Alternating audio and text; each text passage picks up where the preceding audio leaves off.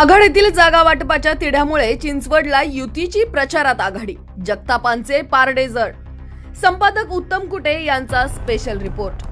महाविकास आघाडीत चिंचवड कोणी लढवायचे, ते उमेदवार कोण असावा यावरून मोठा घोळ सुरू आहे. दुसरीकडे तेथे युतीचा उमेदवार 8 दिवसांपूर्वी जाहीर झाल्याने प्रचारात त्यांनी आघाडीवर आघाडी घेतली आहे. त्यातून तेथील त्यांचे उमेदवार शंकर जगताप यांचे पारडे तुर्तास जड झालेले आहे.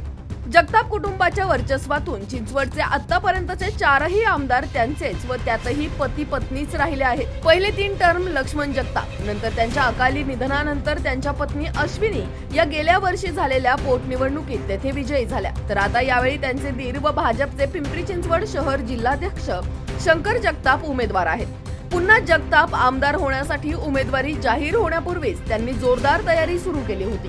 ती घोषित झाल्यानंतर तिला त्यांनी आणखी वेग दिलाय. चिंचवडवर यावेळी आघाडीतील शिवसेनेनेही दावा केलाय.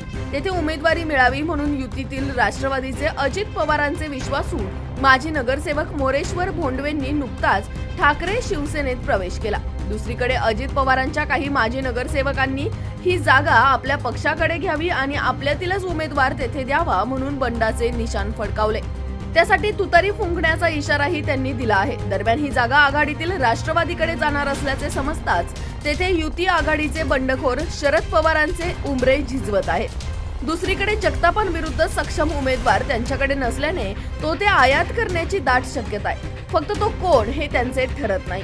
दुसरीकडे सध्या कुठल्याच पक्षात नसलेल्या आणि गेल्या 3 वेळा या ठिकाणी लढून पराभवाची हॅट्रिक केलेले शिवसेनेचे पिंपरी महानगरपालिकेतील माजी गटनेते राहुल कलाटे यांना आघाडीची उमेदवारी मिळावी यासाठी शिरूरचे शरद पवारांचे खासदार डॉक्टर अमोल कोल्हे प्रयत्नशील असल्याचं समजतंय.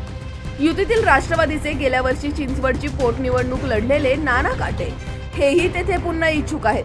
त्यासाठी ते आघाडीतही यायला तयार आहेत. असा एकूणच जागा व उमेदवारांचा मोठा घोळ आणि स्पर्धा चिंचवडला असल्याने आघाडीचे तेथे अद्याप ठरलेले नाही.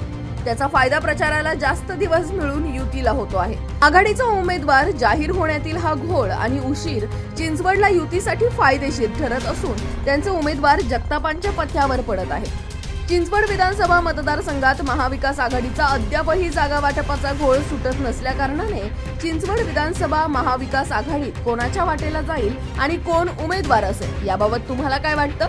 तुमच्या प्रतिक्रिया आम्हाला कमेंट करून कळवा.